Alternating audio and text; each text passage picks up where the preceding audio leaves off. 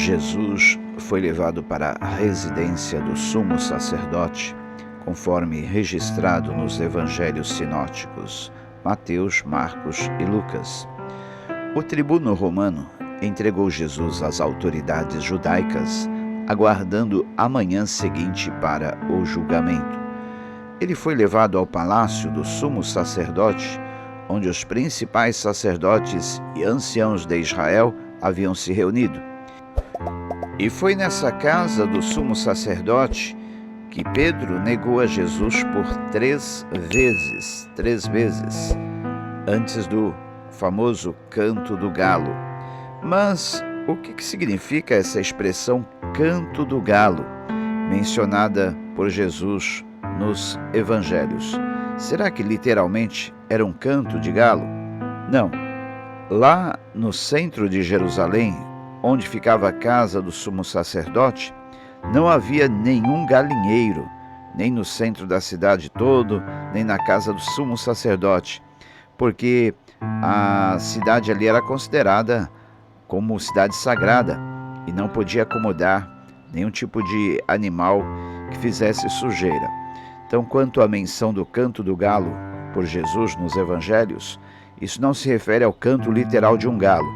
Em vez disso, simboliza o toque de trombeta do soldado romano, sinalizando a troca de guardas na fortaleza Antônia durante a terceira vigília da noite. Sabemos que a terceira vigília da noite era um período que compreendia da meia-noite até as 3 horas da manhã. E quando passava da terceira para a quarta vigília, era tocado então uma trombeta, sinalizando que haveria então a troca da guarda ali na fortaleza Antônia. Então o canto do galo é exatamente esse toque de trombeta. Esse toque de trombeta era chamado canto do galo. Mas muito mais além da polêmica e da curiosidade a respeito do canto do galo, o canto do galo na Bíblia serve como um lembrete poderoso da importância da fidelidade e do aprendizado com os nossos erros. Se a história do canto do galo foi literal ou não, a sua importância está em nos inspirar a viver com fidelidade e humildade. E após o julgamento e a flagelação na fortaleza Antônia, Jesus seguiu pela via dolorosa em direção ao Calvário, onde foi crucificado. A via dolorosa começa a leste de Jerusalém, perto da Porta dos Leões, e termina no Santo Sepulcro. Essa antiga rua romana, agora frequentada por peregrinos, turistas e moradores locais, é um caminho movimentado de comércio e devoção. A Bíblia descreve como Jesus Cristo percorreu essa estrada de pedra icônica, com a trave horizontal da cruz. É claro que o chão original está 7 metros abaixo desse solo atual. Devido a tantas destruições e reconstruções da cidade de Jerusalém, o solo original onde Jesus pisou está 7 metros abaixo desse solo atual.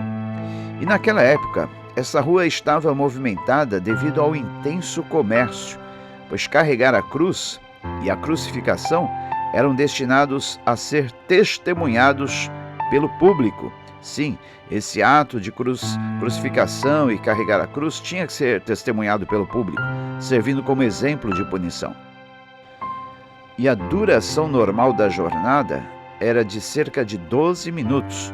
Por isso que nós fizemos a filmagem aqui da caminhada inteira, para vocês terem uma ideia de quanto doeu, quanto pesou para Jesus essa longa caminhada de 12 minutos, numa distância percorrida de aproximadamente 650 metros.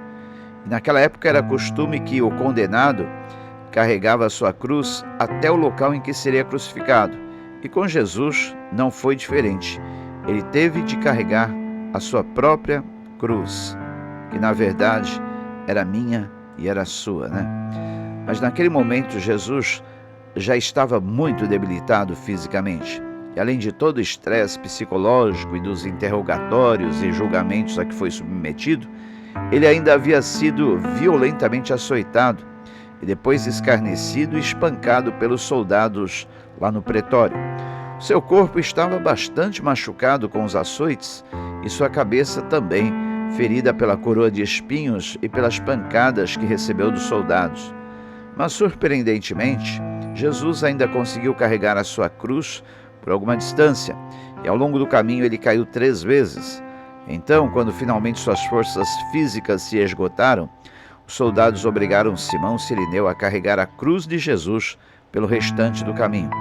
E pela forma com que o texto é construído, parece que o próprio Simão Cirineu carregou a cruz com uma certa relutância.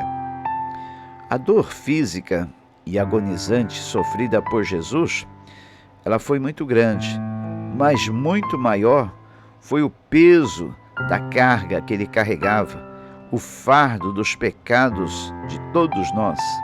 Cristo carregou nossos pecados para a cruz, onde pagou a penalidade por todos nós. Enquanto os cristãos contemplam a jornada de Cristo até a cruz, somos lembrados do precioso presente da salvação e do preço pago pelo Senhor Jesus Cristo. Em Isaías 53, versículo 5 está escrito: Mas ele foi transpassado pelas nossas transgressões e moído pelas nossas iniquidades.